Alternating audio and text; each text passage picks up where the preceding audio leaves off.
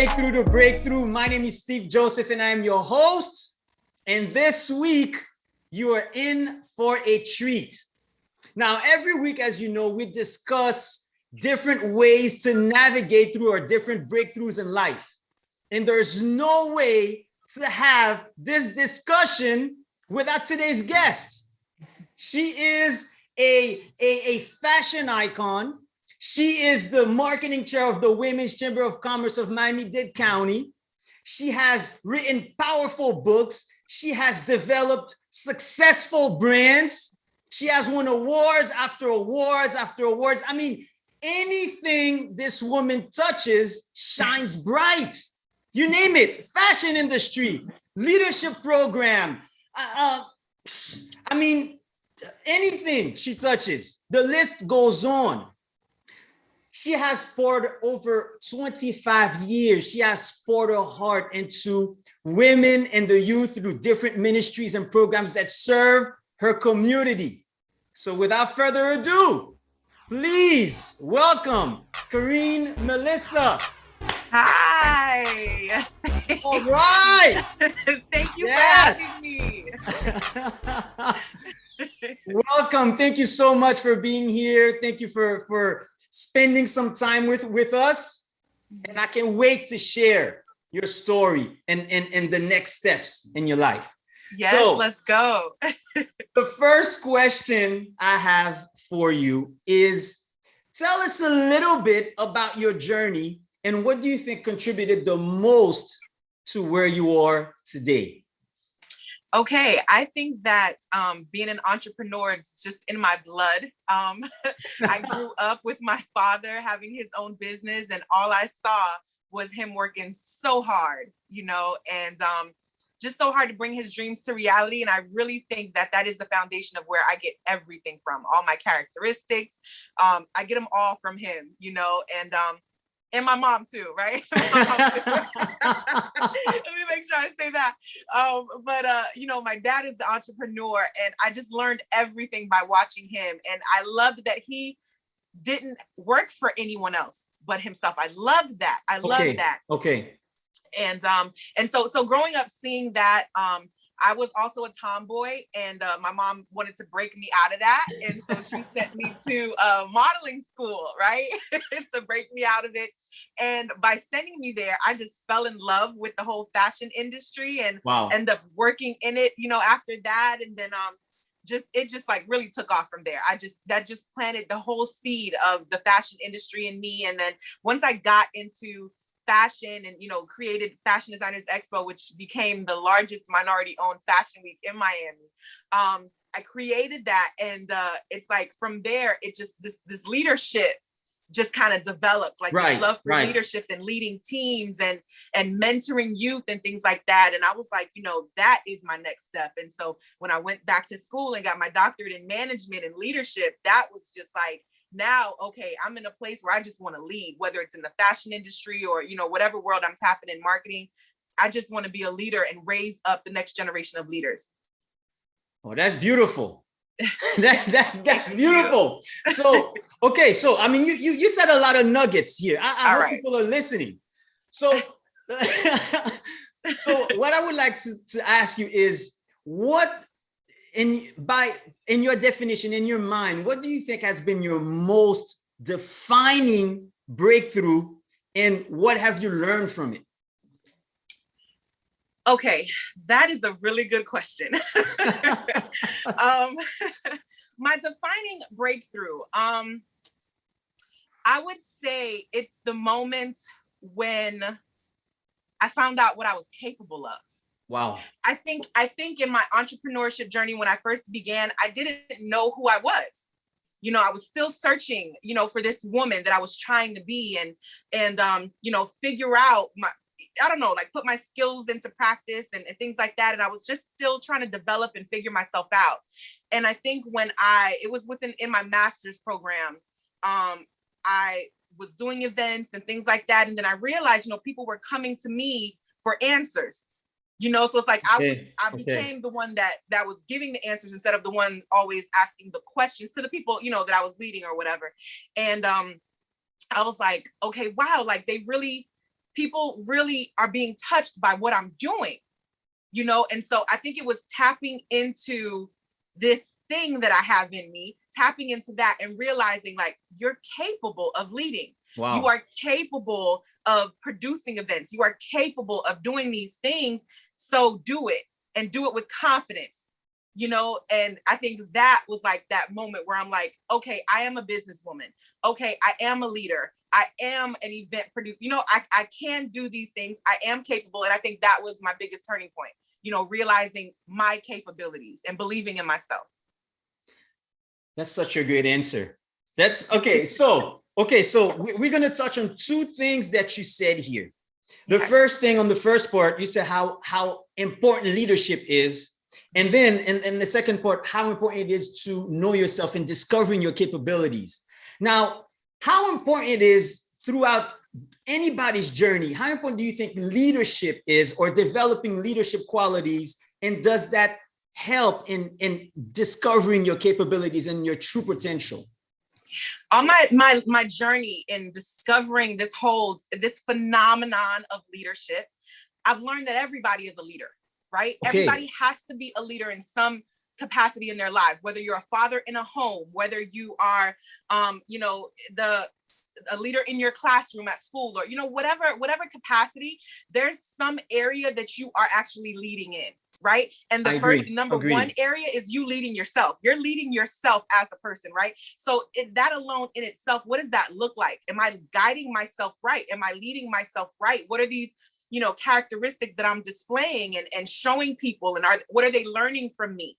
You know, so I think leadership is something that we all should tap into, you know, even if it's not professionally or, you know, with, you know, education and things like that, but just learning that people see us and they learn from us, regardless of if we want them to, regardless, you know, they're seeing us, they're learning from us. And so what is it that we are pouring out into this world? What is it? And that's some form of leadership. And so I think it's very important for us to, you know, just learn about it a little bit, at least, just to be able to be good at it, you know, and and whatever, yes, and whatever it is that you're leading, and whatever capacity that you're leading, like you said, in some area, wherever it is. Okay. So speaking of leadership, a lot of the programs that you've done, like you said, it involves the youth, it involves women. And throughout my studies in the financial industry, there's been a lot of a lack of financial education in both of these communities. Now, how important do you think it is to develop or to learn to master financial literacy? So let me tell you just a quick thing about me, right? Finances is probably one of my worst areas. Right? I never liked math. I never liked dealing with any like spreadsheets and numbers. I never liked it at all. Right? However, as I've grown in my business, in my life, I'm like, I don't have the luxury to not like it. Like, I don't have the luxury to not learn about it, try to understand it. I don't have that luxury. It is very important for us as women and youth to be successful at it. You have to be. Right. It's not a luxury. It's something that we have to do in order to be successful in life. We have to learn at least the basics about whether it's investing or, you know, what happens in our savings account, you know, what happens in our checking account. Like, we have to know the basics about money, and especially if you have businesses, you know, you have to know about it. We don't have the luxury not to. And I've learned that, you know, now I know that. And so now, you know, as I'm leading or, you know, mentoring, that is definitely one thing that I push. You have to know about your finances. No, I agree. Like you said, even the basics. We're not talking anything crazy here, because obviously not everybody's going to invest and do that. That's not what we're talking about. But at least knowing the basics, and of course, for the more advanced stuff, you get people around you and all that. But knowing the basics, how it works, how stuff works, like you said, the savings account, what's going on in your savings account. So yes, I think that's super important, which is why I wanted to ask you that question with all the work that you've done, because I really do believe that there's a lack of education in that aspect. So I wanted to get your two-piece Yeah, there on is. And there. let me tell you too, really quick, one of the youth that I was mentoring, and I'm just gonna share how like really lack it is in the with the youth, because I was telling them, just about checking account or whatever. And I told them, okay, here's a check, fill it out, just to see where they were. Some of them had never seen a check before in their lives. Right. See? Right. And then they didn't know what to write. They're like, do I write my name? Like, whose name do I write? Like, they have no idea, That's about powerful. a checking account. Right, right. You know what I'm saying? And it's simple. It's simple. So yeah, there is such a lack of knowledge when it comes to finances. Wow. You just keep dropping nuggets here with the with the answers. Now, so I want to talk about something here that's coming up. We cannot not talk about this. This is one of the biggest events coming up here next month in Miami, which is the 22nd annual Thelma Gibson Awards. Yeah. Now, tell us about this event, this exceptional event, and why it's so unique and special. Oh, it's so important to our community. With the Women's Chamber of Commerce, it's the commerce for all women in Miami-Dade County on a whole, and so it's like that moment that we all get together once a year and we celebrate exceptional women in various industries. Now, let me tell you why it's so important. Thelma Gibson, she started the Women's Chamber of Commerce years ago, and she started it during a time where there was segregation. She's a Black woman, Yes. and so yes. we were just breaking out of that, and things like that, and it wasn't easy, and so she really is such an icon in understanding how to handle business in the most professional way, regardless of what the challenges are. And it was challenging. And making it happen. It was challenges. Like there were challenges for her. And she made it happen. She made it happen regardless. And it's like, you know what? I have no excuse. Like, I'm going to make whatever little business I got going on, I'm going to make it happen. You know what I'm saying? And so we honor her for that. And then we honor women who are doing the same thing in the industry. And so that's why it's such a huge event. And it's the thing we look forward to every single year. Absolutely. And where can we go get more info about this? WCCmiami.com has everything. This is it. This is going to be a big event. Obviously, I'm going to be there. I'm just saying, I know it's going to be a big event. We're just trying to get people out there too, so they can, so they can experience this, and they can probably meet women that they've never heard of that are doing massive changes in their community and impacting their community. So I can't wait for it. And the other thing that I want to talk about is your marketing skills, okay, as you develop these events. So we have Wine and Unwind coming up, and that's every month. Now talk about Wine and Unwind. What goes through your mind? What do you want your guests to experience when we go to this event? When we go to a Wine and Unwind, I really want to, okay, so let me preface it by saying, right? A lot of networking events are so stuffy, like people, oh, who is she? Like, or who is he? I don't want to talk to her, or, or some people may not even have the confidence to talk to each other, or whatever it is. And I like the idea of Wine and Unwind because wine unwinds you a little bit, just a little bit. It kind of sets the mood that we're comfortable here and we can talk to one another, and we can connect with you. And the beauty about Wine and Unwind is that many different people come at different times. So it's like every event is different because it's like a different set of people depending on the location that we do it or whatever, and so I just love that it's not a stuffy atmosphere and you can come and unwind after a long day of work or whatever, right? And enjoy wine, hors d'oeuvres, and really, really socialize, be comfortable to network, It's a great name, by the way. It's a great name, by the way. Yes. You had me at wine. As soon as I said, well, I said, hey, where's this thing at? I'm there. Where is it? Yes. So, Karine, tell me, do you have any words of advice for anybody who would either like to get in a career similar to yours or anybody who would like to impact their community? what words of advice would you have? Because as the challenges come at them, what would you tell them? I would definitely say never stop developing as a leader. Never stop developing. Like I know, like I said earlier, I became the one that was giving the answers, but it never meant that I stopped asking questions. Wow. I think we're always a student. And I think if we can always remain a student, we'll always continue to grow and learn. And I think it's important that we learn about ourselves. I think as people in charge of different areas, we tend to just pour out to everybody and give.